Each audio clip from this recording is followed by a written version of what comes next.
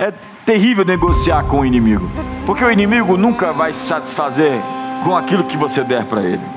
Na verdade, ele não obedece contratos, ele não vai aceitar menos do que tudo, ele vai querer sua alma. Deus vai dar uma resposta, Deus vai dar uma resposta à afronta, Deus vai dar uma resposta ao escárnio, Deus vai dar uma resposta à infâmia. Quem dentre nós não tem sido nesses dias afrontado de alguma maneira?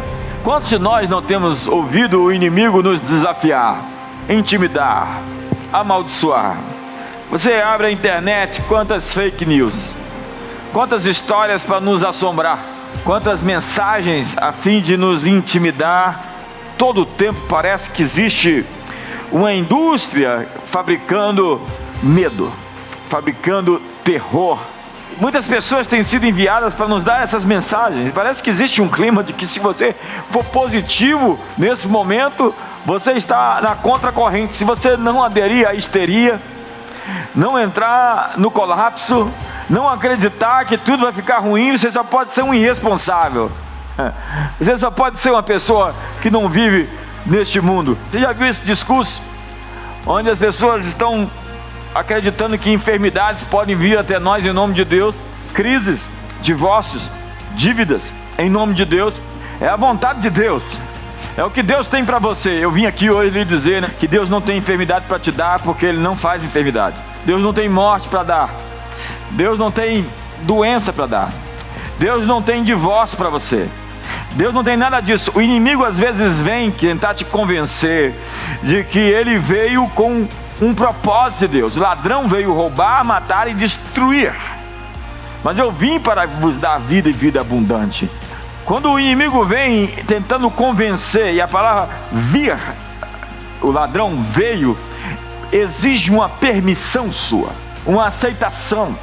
É quando você simplesmente diz: ok, se é isso que Deus tem para mim, o que eu posso fazer?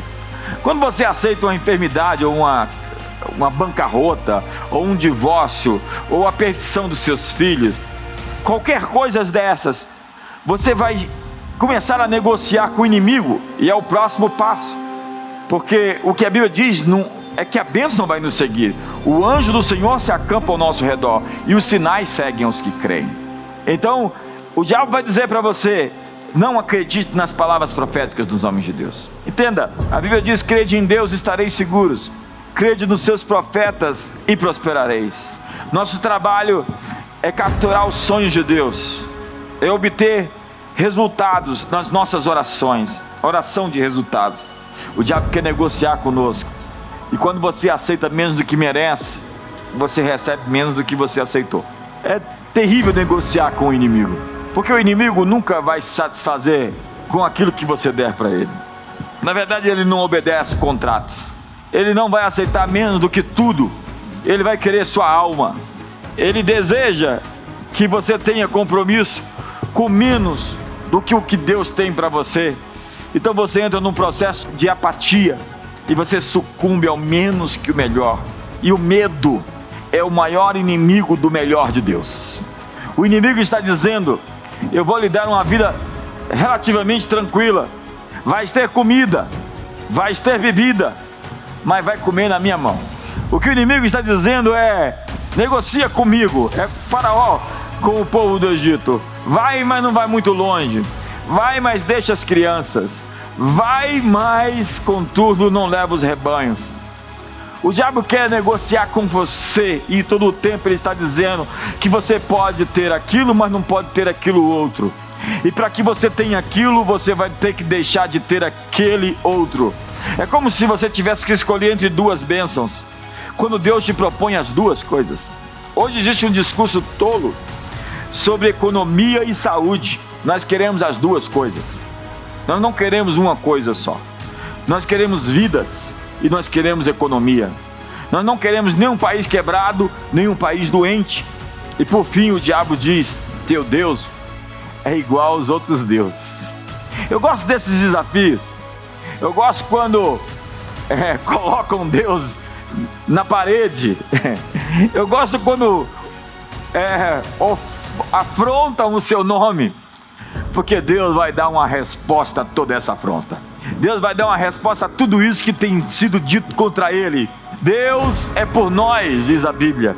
Quem será contra nós? Agindo ele, quem impedirá?